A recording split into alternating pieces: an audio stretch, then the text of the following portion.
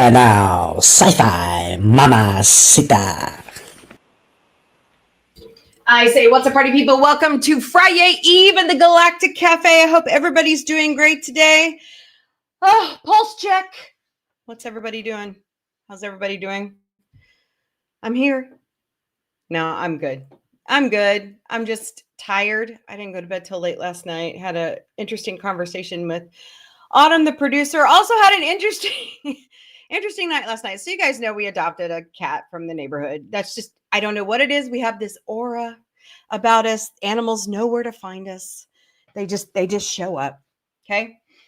And next thing I know, I'm going out to, because Autumn was at work, I'm going out to feed Dot, the cat. And Dot is sitting, we have a ledge on our big picture window. I can't wait till Christmas this year. I get to put my Christmas tree in the big Christmas window. And she's sitting there looking shocked. And usually she's like cool, calm, collected cat. Nothing bothers her, you know. And next thing I know, I open the front door and there is a raccoon. I wish I'd had my camera. I didn't have my camera because I had just gotten done with the stream last night. And so she's looking at me. She's meowing her head off. The raccoon's looking, the trash panda's looking at me. And I pulled the screen door shut real quick because Slinky was behind me on the couch. And the trash panda, oh my God, came to the door and reared up and was begging for food. And I'm going, oh, but you might have rabies. You know, it was cute. It was a female. And that's why it was leaving Dot alone. But oh my, this week has been crazy. From Saturday night having the skunk on our porch to now, I mean, our neighborhood is really clean. And we're in Center Springfield. That's what's weird about this. Like we're right. Okay. So that way is west. Mercy Hospital is right there. And we've had a skunk and a trash panda. I mean, God, we've had a Pepe Le Pew and a. So I was being funny. Of course, there was nobody around to hear the joke, but I said, hey, raccoon god, get your ass back to Unok 4. If you know the Orville, you know the joke. All right. So, but yeah, I guess we just give off this aura that, hey, we love animals. Be our guest. Be our guest. Okay. Disney will get me. So, give me a second. I'm trying to get, now TikTok missed the whole story. Happy.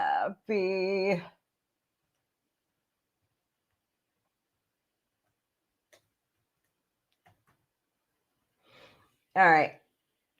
Now I got to go in. Okay. I just couldn't believe it. We had a trash panda on the front porch last night when I went to feed the cat. I'm like, eat. So what am I, Snow White?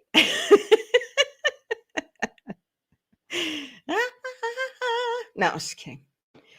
But anyways, I don't even remember any, like I've seen the new Snow White. I don't remember any of the musical numbers. That's how bad it is. I mean, shitty. No, wait, I remember one. And that's because Gal Gadot sings and I'm going, no. So let's just put it this way. We don't talk about Snow White. No. Please stop making live action classics. Okay, just stop. Thank you, Disney. Okay. Moving on. I know, Fred. Okay, let's go through chat. Say hello to everybody. Hi over there on TikTok. Welcome to Friday Eve in the Galactic Cafe. Smash those hearts. Smash that like button. Share out the stream. And I have a 5 pepper goal over on TikTok. So please help me out with the peppers. I'd greatly appreciate it. Hello, John the Beagle Dad. How are you today? What's up? Yeah, I know. Hello, Miss Connie Cleary. How are you? We have fun tonight. Beginning at 9 p.m. Eastern, 6 p.m. Pacific. It is Sci-Fi Mombie Studios, and we dedicate Thursdays to the Orville. Yes, that right there. See it? See it? Cool. Speaking of Fuzzy Door, hold on. I got some news for you. But, we are starting a 3-week series ending our beautiful run on the Orville comics. Can you hear me? Can you hear me? Okay. Hey, David A. Goodman, David Cabiza, and Michael Alita. We need more comics. Can you get us some more? That would be fantastic. Okay, because, y'all are stalling on season 4 of the Orville.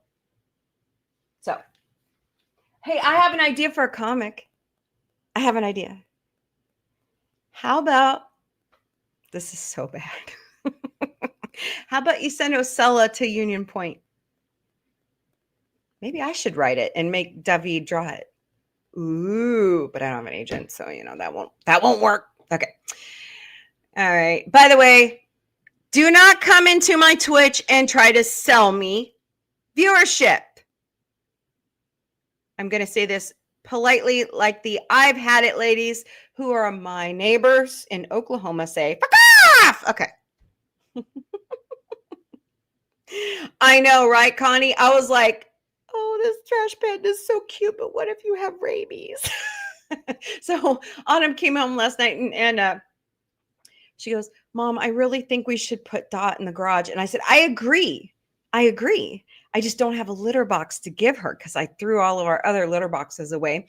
I'm also worried that she has one of those feline diseases that she needs to be tested for before she even comes around any of the other cats because she's older. So, hello, Fred. If wild animals are befriending you for food, that's a really bad sign. My neighborhood is very clean. It's a lot cleaner than the neighborhood we moved from.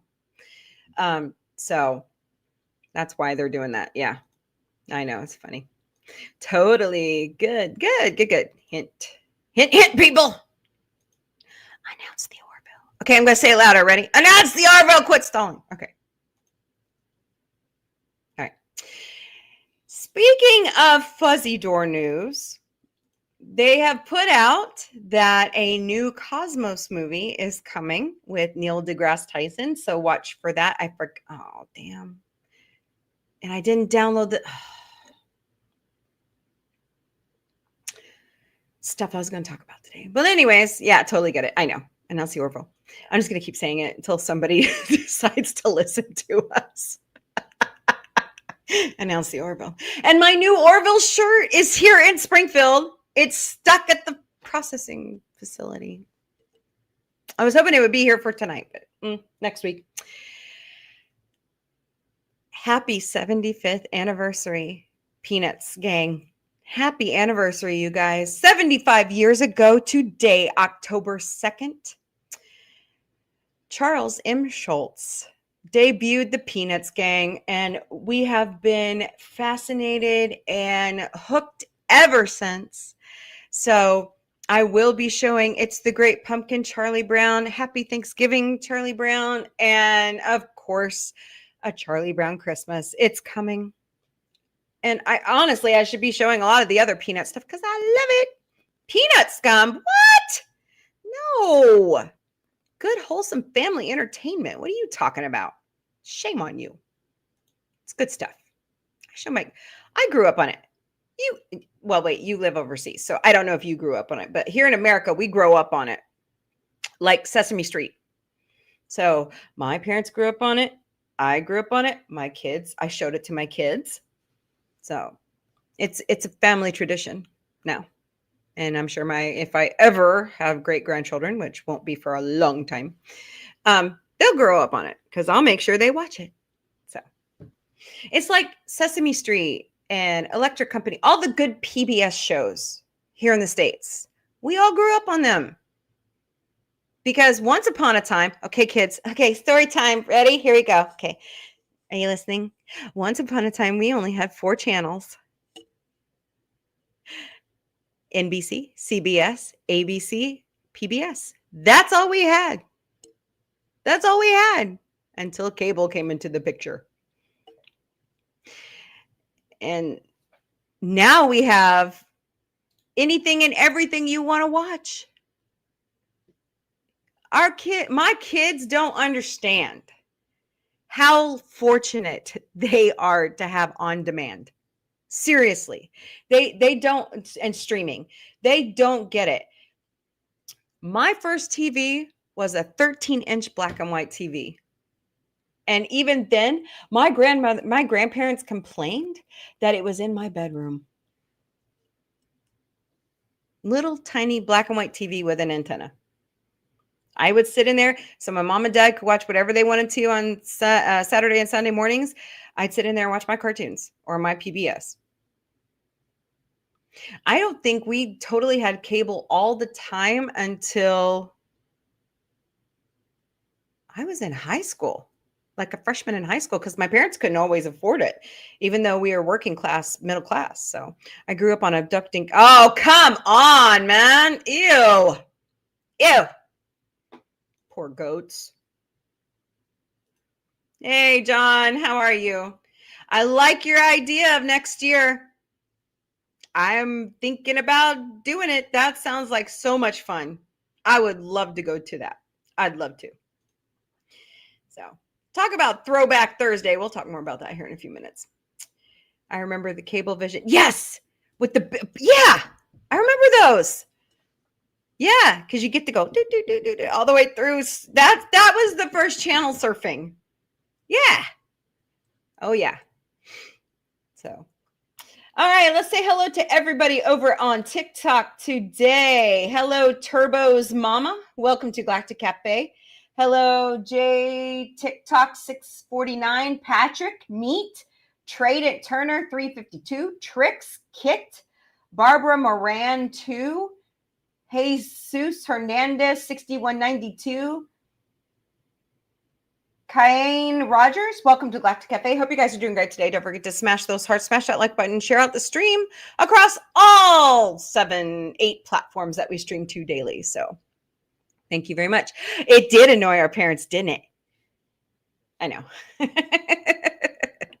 Cable came into your house in 1980. Oh, yeah. See, my dad was a seasonal worker before. Now it's year round, but back then it was seasonal because winters seemed worse back then.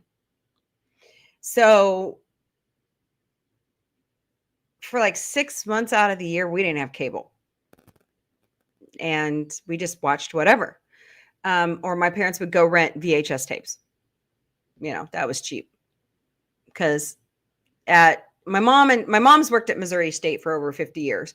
And they had a rental place in several of the dormitories.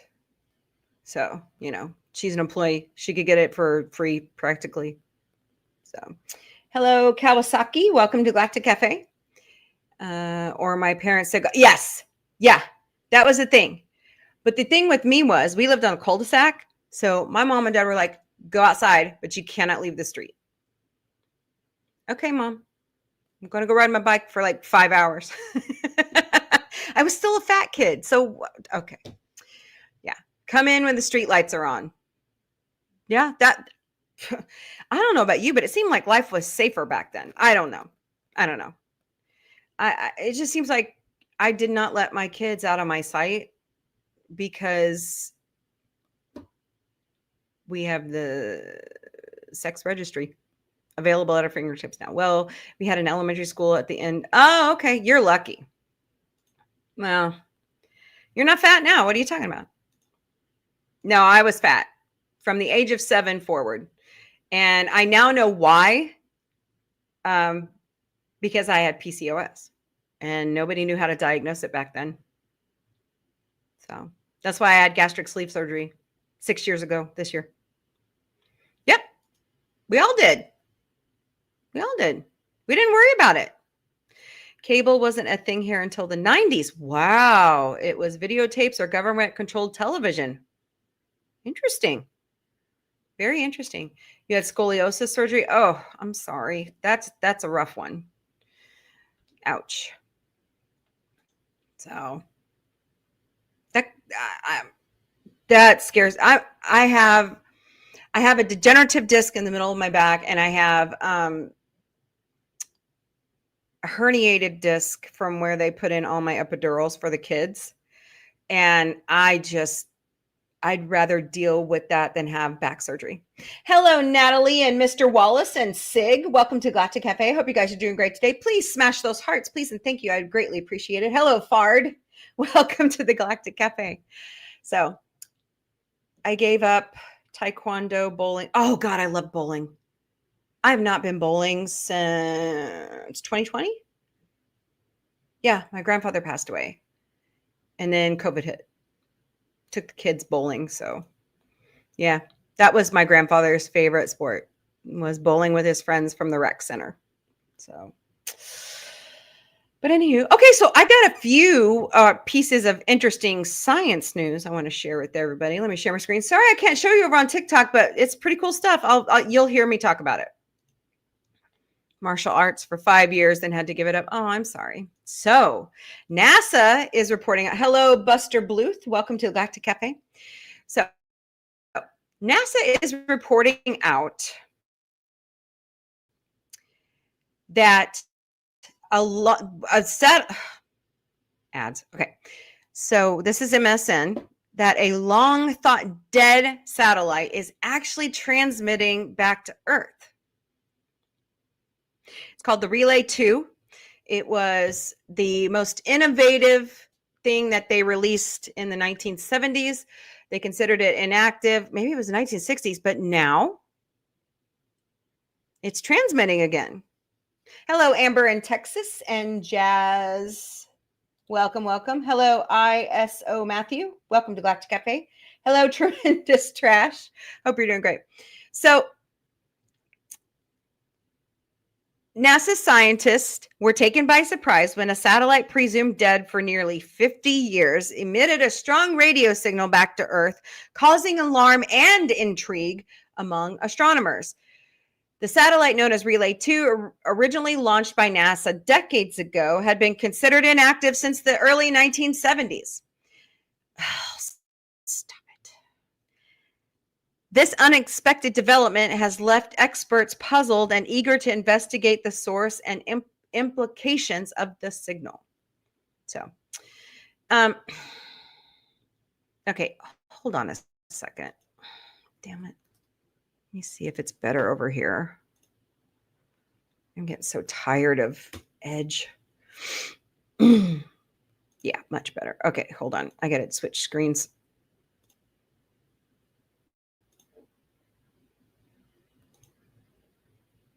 Uh-oh. There we go.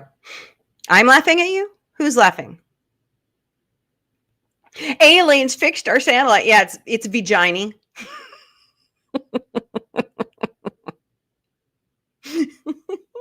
Do you want me to laugh at you? No, I'm laughing at everybody on TikTok. Their usernames over there are fantastic.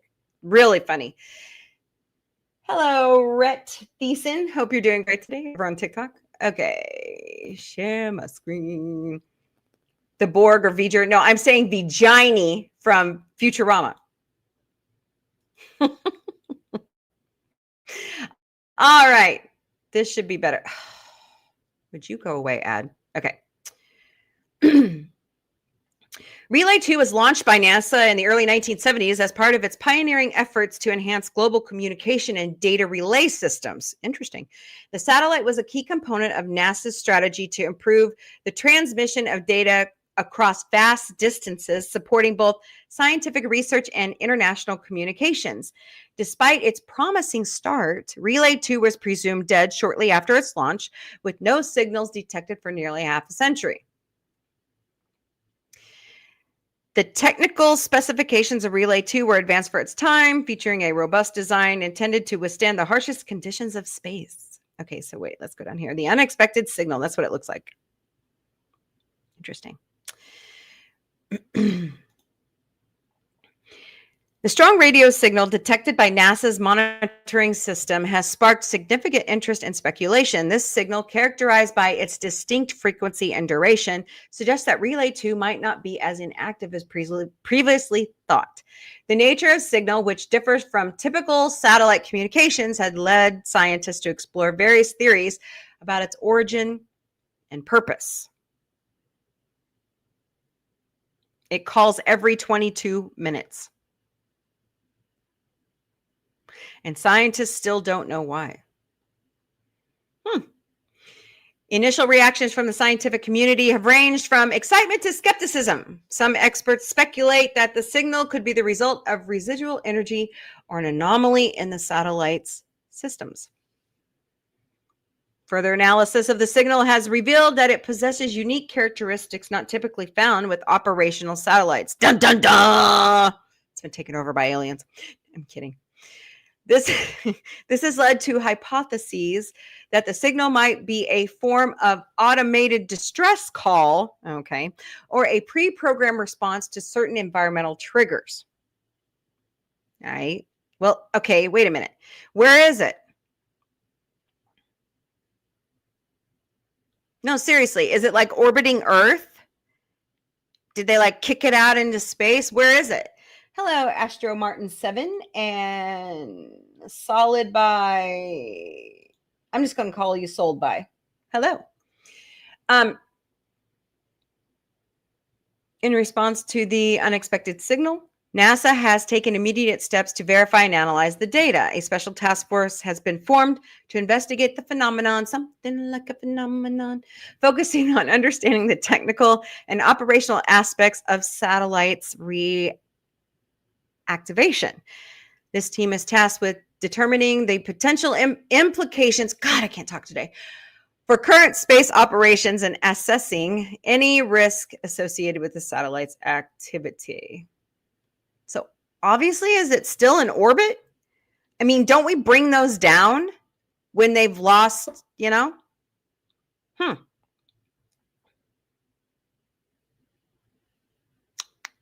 Trying to see where it's. Okay, this is so confusing. It doesn't explain where it's at. So they're just going to watch it. They're going to keep, you know, it calls every 22 minutes, sending data.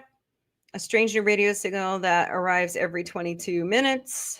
This is a video that astronomers were no strangers, just such pulsars. You know, we do have another star system that keeps like signaling like every hour or two, and they're trying to figure out what the hell that's about. So, hello, Bryson and N8. Welcome to the Galactic Café. Kind of just watching this video here. Earth, at least 1988.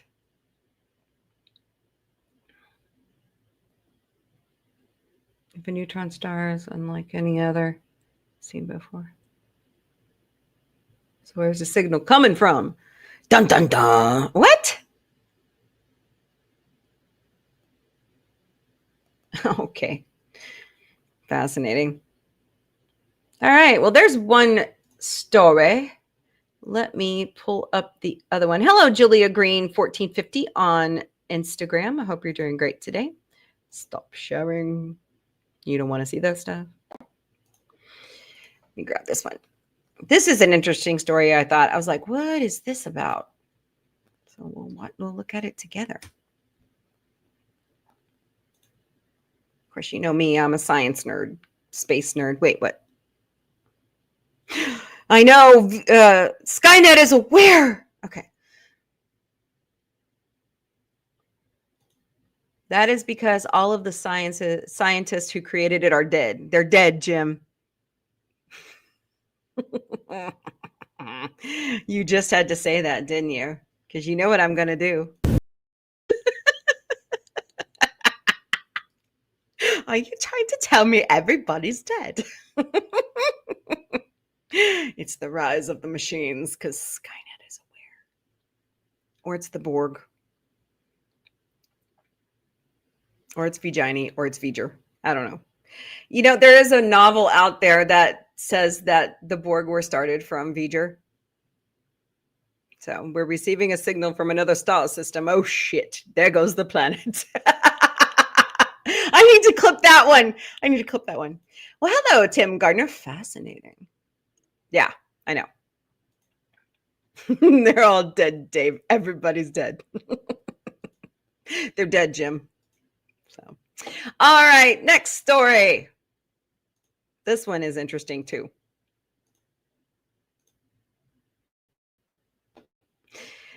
This is from CBS News, which I don't take a lot of stock in CBS, but this was an interesting story. Mysterious planet is gobbling 6 billion tons of gas and dust a second. There's a rendition of it. I don't know. That might be the James Webb Telescope. No, it's an artist impression. Okay. A mysterious rogue planet has been observed gobbling 6 billion tons of gas and dust a second, an unprecedented rate that blurs the lines between planets and stars, astronomers said Thursday. Today. Unlike Earth and other planets in the solar system, which orbit the sun, rogue planets float freely through the universe untethered to a star. Scientists estimate there could be trillions of rogue planets in the galaxy alone, but they are difficult to spot because they mostly drift quietly along in perpetual night. People may think of planets as quiet and stable worlds, but with this discovery, we see that planetary mass objects freely floating in space can be exciting places, says Victor Almendros Abad, a lead author of a new study. Look at those. Wow. Beautiful. NASA celebrates the anniversary of the James Webb Telescope. Sweet. That was back in July. These strange objects intrigue astronomers because they are neither a star nor a proper planet. Alexander Schultz, an astronomer at Scotland's University of St. Andrews and co-author of the study, says. Their origin remains an open question. Are they the low-mass objects formed like stars or giant planets ejected from their birth systems? You know, I was kind of thinking that maybe they're just a star that's forming, a sun that's forming. The team of researchers behind the new study was stunned to observe an astonishing growth spurt in a rogue planet around 620 light years. Wow, that's far away. Wait, no, it's not really that far away, is it? 620 light years? Yeah. From Earth in the constellation Chameleon. The planet, officially called Cha, dude, Cha. 1107-7626 has a mass 5 to 10 times bigger than Jupiter. Wow. Schultz explains that the object is still in its infancy, being roughly 1 to 2 million years old. That's infancy? No, I'm kidding. The object grows by sucking in matter from a disk that surrounds it, a process called accretion. But what astronomers saw happen to Cha, we're just going to call it Cha, blurs the lines between stars and planets. Study co-author Belinda Damian said in a statement, in August of this year, the planet suddenly started devouring matter from its disk at a record-breaking 6 billion tons per second, 8 times faster than a few months earlier. This is a strong accretion episode ever recorded for a planetary mass object. Interesting.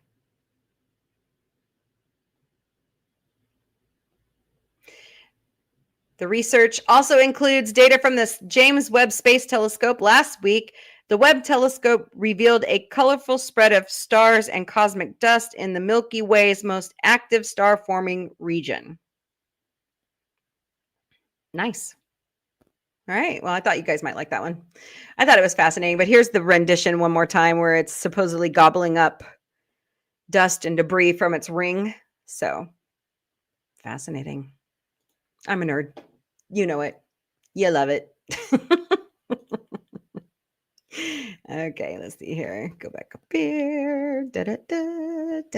Fred says, gobbling 6 billion of dust and material. That's no moon. It's a black hole. It might be forming into a star if it's gobbling up that much. Went to university, took PhD and master's. work in NASA and can't tell the difference between a planet and a black hole. Black hole sun. Oh, vacuum. Suck. She's gone from suck to blow. No, just kidding. This is the stuff of Star Trek. Ooh, I said it right this time. When I get more information on what the set tour will show, they are waiting for a shuttle. Oh, neat. Yee. I would love to do that. So am I. Okay.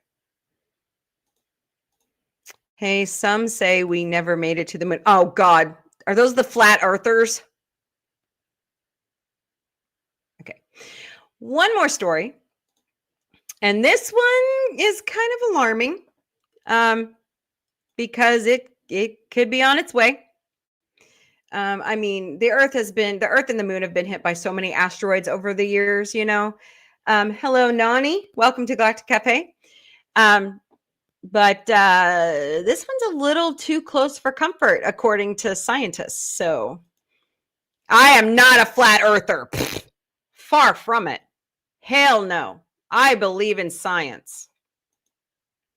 You know, I may have been an evangelical once upon a time, but I never, ever bought into that apologist stuff. Okay. Just saying. Oh, God. When we get done here, I'll tell you a story. Okay. An asteroid might be heading for the moon. Should we nuke it? Is that like nuking hurricanes? This is from NBC News. If an asteroid is on a collision course with the moon, what should humanity do? Try to nudge the space rock out of the way before it strikes? Hey, I don't want to close my eyes. Oh, we're not there, are we? Obliterate it with a nuclear weapon? A nuclear weapon? Those are the questions explored in a recent paper from more than a dozen researchers, including several NASA scientists, and they're not purely hypothetical. An asteroid known as 2024 YR4 is estimated to have a 4% chance of hitting the moon in 2032. That's not that far away. 6 years. Shit. Okay. Such a cosmic collision could produce debris up to 1,000 times above background levels over just a few days, possibly threatening astronauts and spacecraft in low Earth orbit, the researchers wrote in the paper, which was uploaded to the preprint website ARXIV. I don't even know what you call that, on September 15th, and has yet to be peer-reviewed. To avoid creating the potential dangerous debris field, one option is to nuke the asteroid, according to the paper, or trigger what scientists call a robust disruption before it ever reaches the moon. The movie Armageddon. Okay. But using a nuclear explosion to destroy an asteroid has never been tested, so the plan would come with a slew of major risk. Various key characteristics about asteroid 2024 YR4 aren't known, including its mass, which would be critical in figuring out how to properly disrupt it without creating more problems. Yeah, you hit it in the wrong spot, it comes spiraling to Earth. Yeah. Or you hit it in the right spot, it goes maybe to the sun. I don't know. If the explosion is not enough, we're going to create a debris field anyways. Yeah, that's the other problem, said Julie Brissett, interim director of the Florida Space Institute, who wasn't involved with the paper. Asteroid 2024 YR4 was first detected by the Asteroid Terrestrial Impact Last Alert System. Oh my God, that's a mouthful. Station in Chile in December. NASA estimates that it measures up to 220 feet across, large enough to be considered a city killer because it could be capable of causing severe damage to a city or region on Earth. Experts initially thought there was a small chance the asteroid could hit our planet, and the probability of such an impact was estimated to be as high as 3% earlier this year, but a collision with Earth was ruled out. With Earth now thought to be in the clear, the asteroid has a 4.3% chance of smacking the moon. Authors of the recent paper suggest launching a mission to conduct reconnaissance of the asteroid, including estimating its mass from up close. After that, they propose an explosive device could be built, then deployed to the space rock. Well, alrighty then. I thought China already had people on the moon. Am I wrong? Yeah, we're planning on going back to the moon before we supposedly are supposed to go to Mars. We'll see. So, all right. I just thought that was interesting. What do y'all think about that one? Fascinating.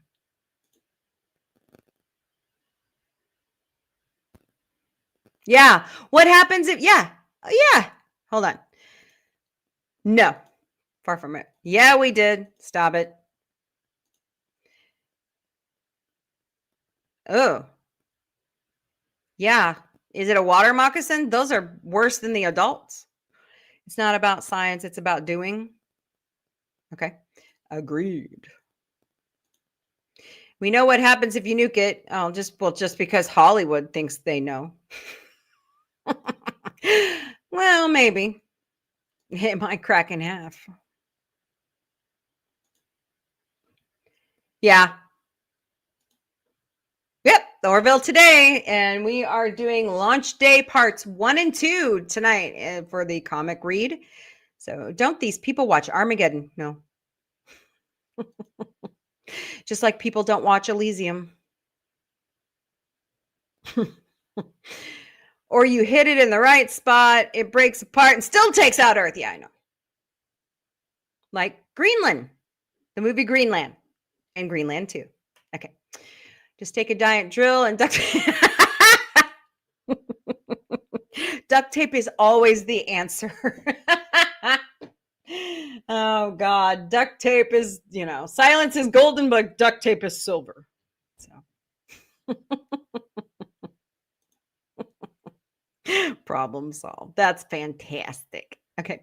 I plan on seeing Artemis 2 on the launch pad and maybe go to launch. Oh, fun. I would love to see that. That'd be fun. Oh, okay. So speaking of Elysium, so our president posted this AI video he had created for him from his staff about med beds. Guys, this is not a conspiracy theory by QAnon, okay? This is a movie from August 9th, 2013 with Matt Damon. It's actually a really good movie with Jodie Foster too, where the billionaires live on a space station outside of Earth. Everybody's left behind and they get all the medical treatments. Everybody else just dies. What the billionaires are waiting on is for everybody to die on Earth so they can come back down to Earth and make it what they want, which sucks. It's a terrible thing to think. It's not a conspiracy theory. It's a movie. It's fiction. Okay, so for our president to say something about it, because I've been watching him for years, they're obviously working on something like it. Who's they? I don't know. This is my hypothesis. So he's obviously heard about it in circles. And as you know, the presidency, you're in a bubble. So obviously they're talking about it in the White House. Okay. If they are working, somebody came up with, oh my God, it's alien technology. They're going to use alien. Okay. What is this? The X-Files? Really? Okay. Moving on. I mean, yeah, that'd be nice if we had that kind of Star Trek type medical technology. Yeah, that'd be great. I know, we all will. So, anyways, all right. I've got some more good news of the day, but I only got 20 minutes left of the time. Maybe just saying, maybe. Well, I don't think that's what it is. He's 79 years old. My grandfather died when he was 85. So we knew he was suffering from dementia, you know? That's what I think it is. Can I prove it? No, because they don't release his medical records. But anywho, it's really none of my business. Well, I guess it is because he's my leader in chief. I didn't vote for him. Okay, moving on. All right, let's do some good news of the day. And you guys tell me, when you were channel surfing as kids, what was your favorite thing to find when we first got cable? You want to know what mine was? Nickelodeon, because we did not have Disney Channel. We didn't get Disney Channel till the late 90s here. And if you had to pay for Disney Channel, it was like an added channel package type thing that you had to buy. So I get most of my good news from goodnewsnetwork.org. Today's quote of the day is, let your mind alone and see what happens. Virgil Thompson. Like Yoda. Clear your mind.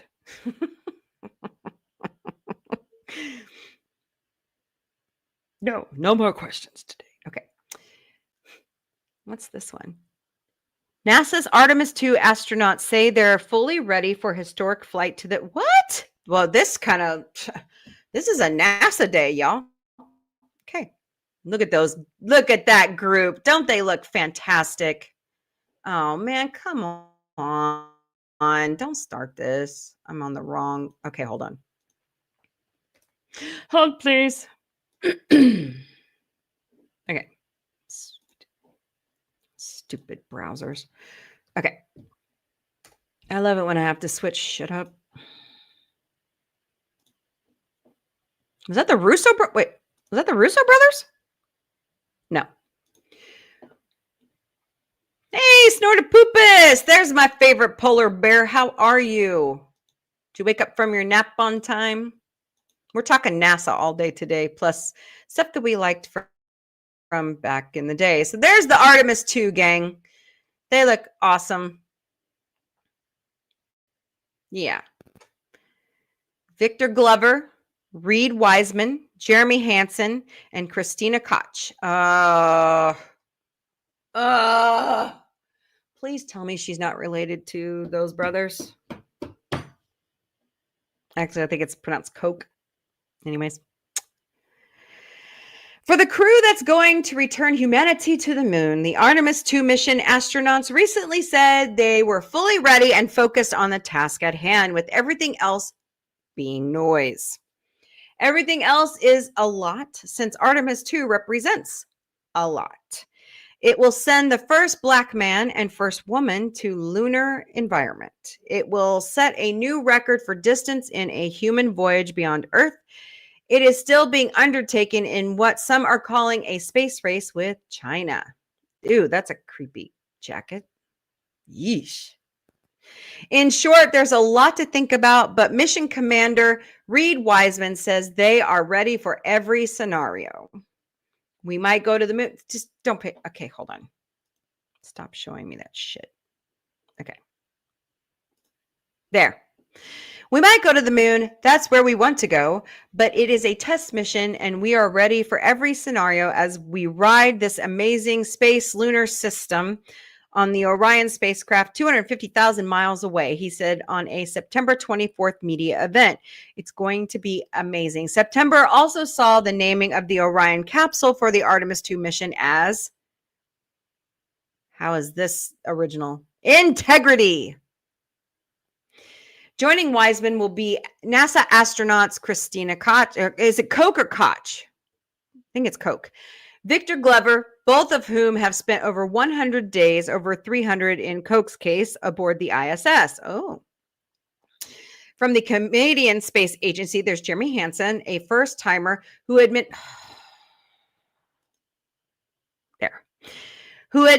the chance to fly on Artemis II will be an absolute privilege. He's absolutely right. That would be fantastic. Following an almost perfect Artemis I test flight of the Orion spacecraft back in November 22, several delays have prevented its follow-up with Artemis II, set to be a 10-day flight around the moon and back to Earth, paving the way for the crewed lunar landing.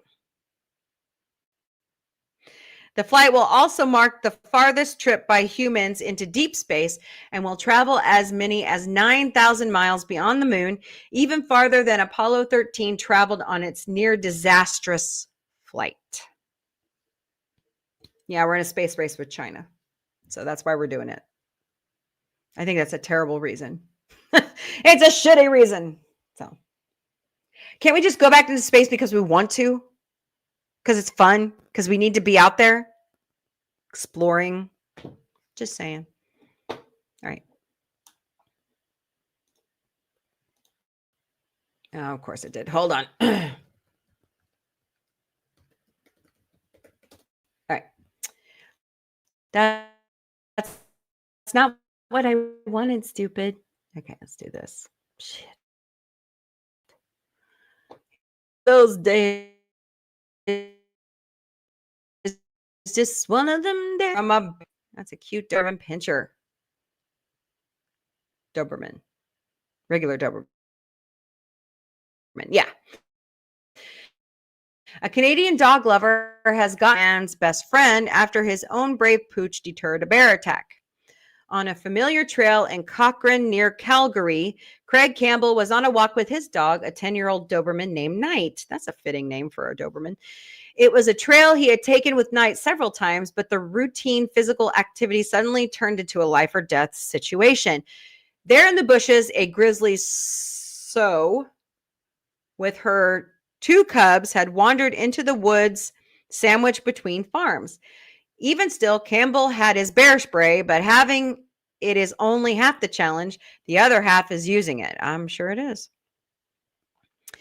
I managed 2 thoughts, Campbell recalled in an interview with CTV News. First of all, I said to myself, this can't be happening. And then I realized I wasn't going to get the bear spray out in time. And I said to myself, I'm about to die. Well, there's 3 bears coming at you. Yeah, I would say so. Just then, Knight came from beside in a flash and put himself between the man and the bear, towering 7 feet on its hind legs above the crouching, barking dog. It gave enough time for Campbell to arm himself, but by then the bear huffed and went back to her cubs. That's good. Good dog. Purina's Animal Hall of Fame for 2025, Mr. Knight. So that's wonderful. Oh, here he's. Hold on. No. Him's a good boy. I love stories like this. Good job, Knight. Okay, this other NASA story real quick. NASA laser sends terabits from beyond Mars in huge success. NASA recently achieved an incredible milestone in an even more, damn it, I fucking hate these ads. Excuse my language. Ugh, they're stupid. Okay, NASA recently achieved an incredible milestone in an even more incredible quest, providing broadband to the solar system. Really? We're now giving aliens the internet? No, I'm just joking. But speaking specifically, the organization's Deep Space Optical Communications Division, or DSOC, just downlinked 15 terabytes of data from the Physique mission? No, Psyche mission, about 300 million miles from Earth via laser beam.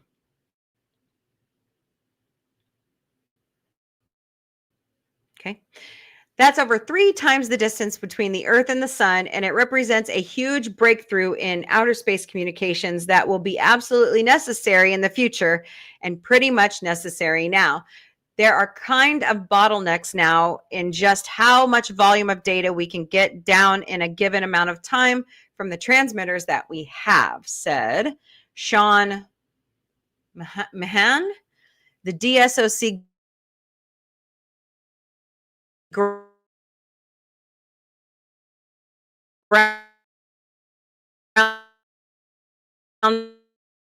software lead referring to existing technology of using radio waves. Facilities sends a laser accurately beam its own laser to the second station, Caltech's Palmar Observatory in San Diego County. Cool. In December 2023, it made history when it sent an ultra high definition video of Titers, the cat, chasing a laser pointer to Earth from over 19 million miles away at 267 megabits per second. Then in December 2024, DSCO, sorry, I've been pronounced, wait.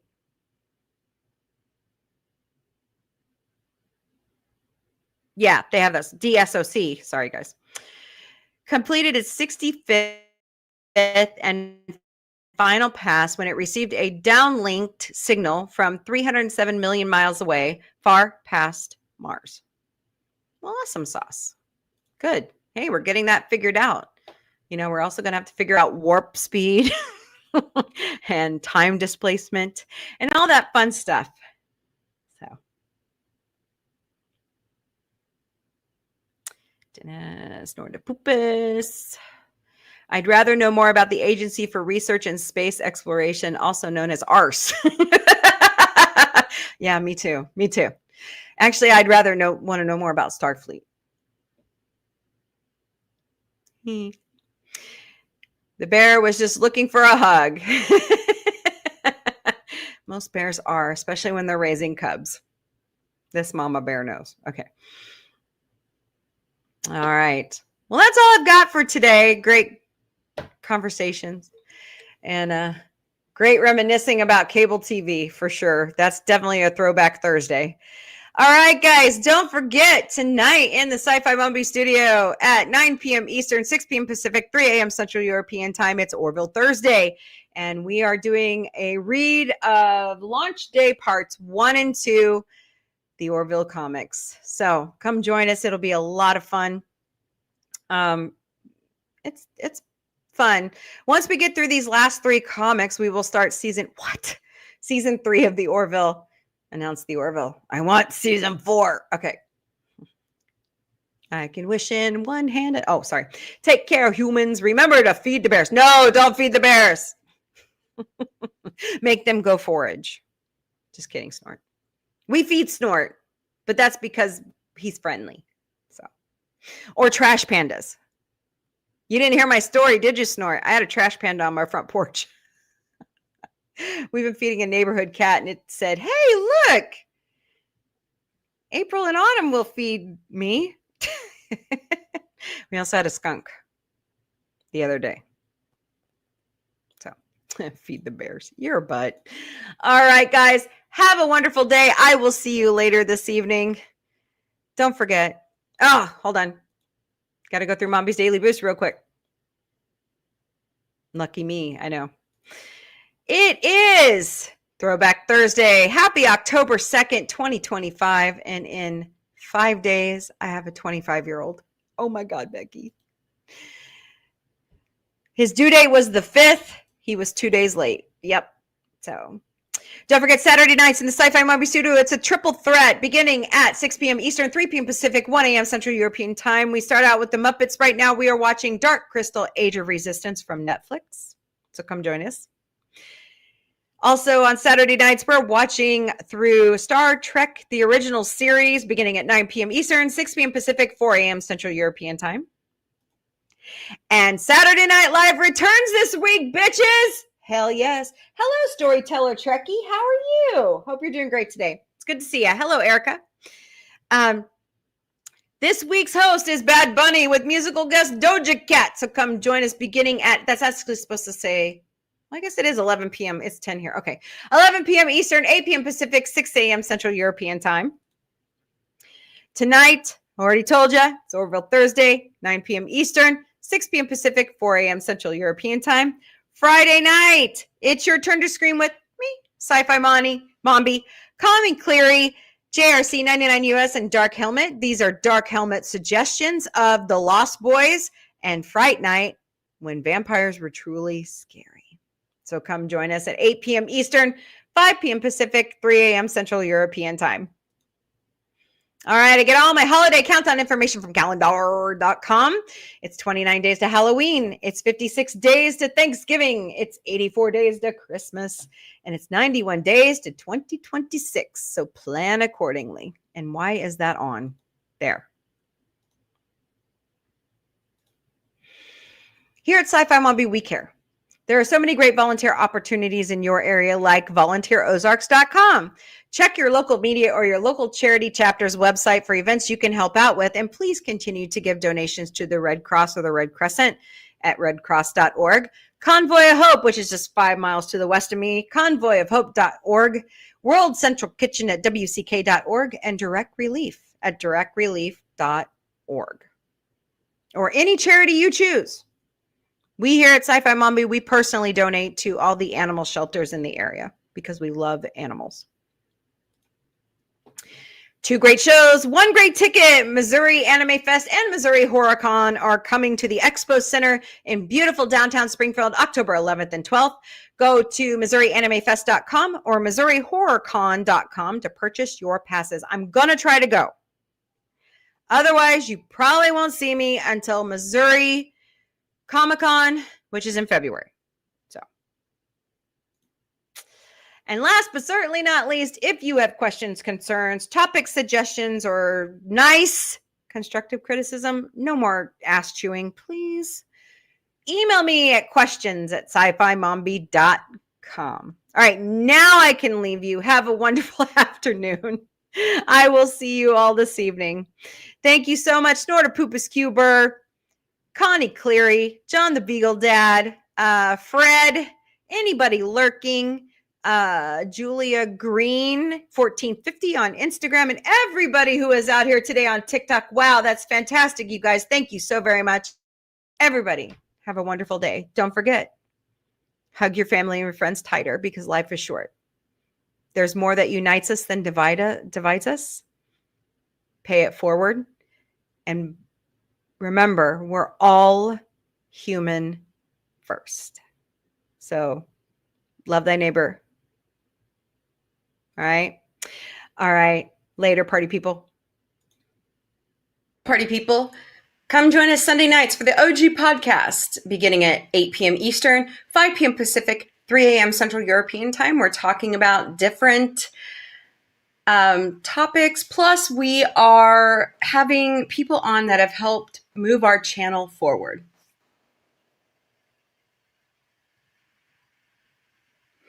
I host a show Monday to Friday, 3 p.m. Eastern, noon Pacific, 10 p.m. Central European Time called the Galactic Café. Bring your breakfast, lunch, dinner, or a snack. Bring a beverage of your choice, preferably in an Orville mug, and let's talk mostly about sci-fi.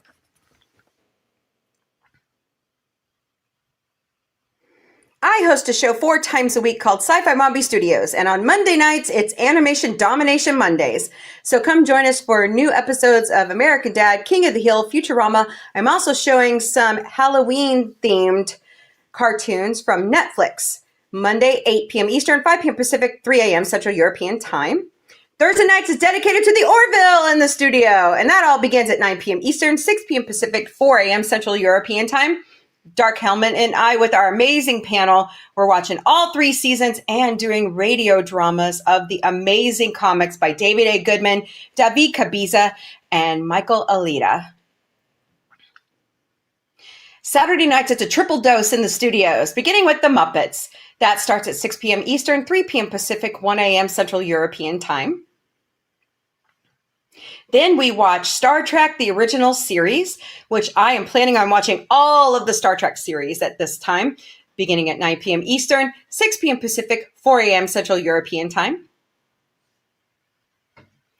And when the 51st season of Saturday Night Live returns on October 4th, so will we, beginning at 11 p.m. Eastern, 8 p.m. Pacific, 6 a.m. Central European Time.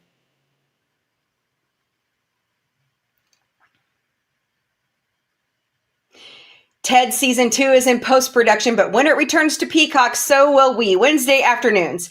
Also, when Mission Log the Orville, Talking Ted returns, which I hope it will, we'll be watching that as well. So watch our social media for updated schedules, and I also try to put that out there quickly on all of it so you know when it's scheduled.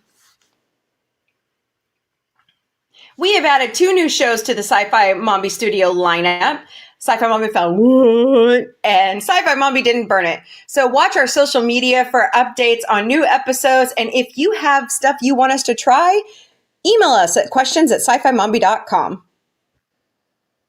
Warning! Sci-Fi Mombie Podcast and Sci-Fi Mombie Studios, we will never, ever personally DM you asking for money. Nope, not going to happen. But there are 3 legitimate ways you can donate to Sci-Fi Mombie.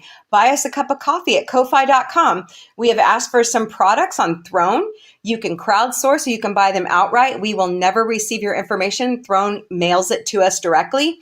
And we also have Patreon memberships. They're $3 a month. Go to patreon.com/user !lowercase u =849723353. Scan those QR codes. Sci-Fi Mombie and Sci-Fi Mombie Studios is all over social media, including Sci-Fi Mombie Security. They have their own Instagram, X, and they're on the website. All right, so we stream daily to Facebook, Instagram, X, YouTube, LinkedIn, Twitch, and TikTok. We also have Patreon, Discord, Mastodon, Threads, Substack, IMD Avid Pro. You saw them. We have our own website at scifimombie.com. Check out our schedule. Send us an email. Sign up for our newsletter. Check out our bio information. Also, we have the Gotcha Day information for Sci-Fi Mombie Security. scifimombie.com. We have our own merchandise shop at sci-fi-mom-b.myspreadshop.com.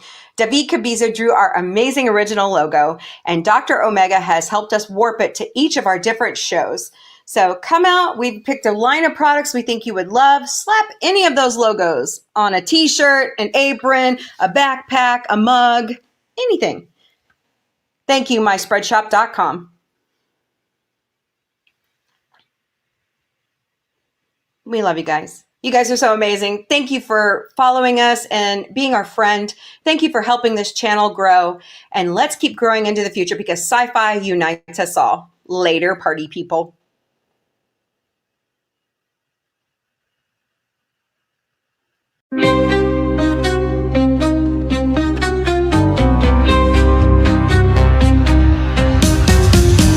Beaming through the cosmic haze, lights flash in neon blaze, retro rockets start to soar.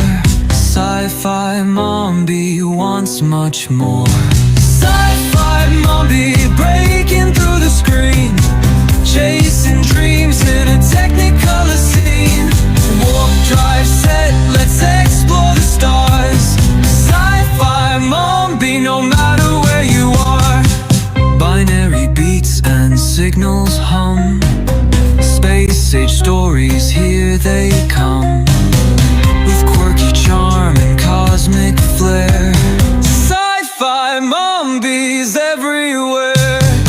Ray guns pop and galaxies twirl, Mombie's mind is out of this world. Sci-fi vibes that never get old. Welcome to the future bold.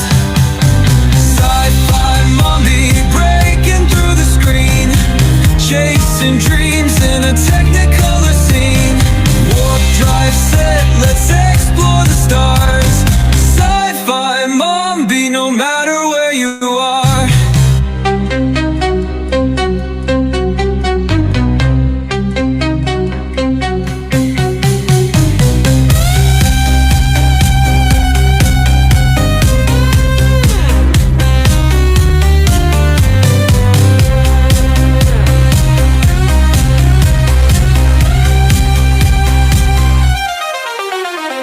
Ray guns pop and galaxies twirl, Mombie's mind is out of this world. Sci-fi vibes that never get old. Welcome to the future bold. leave.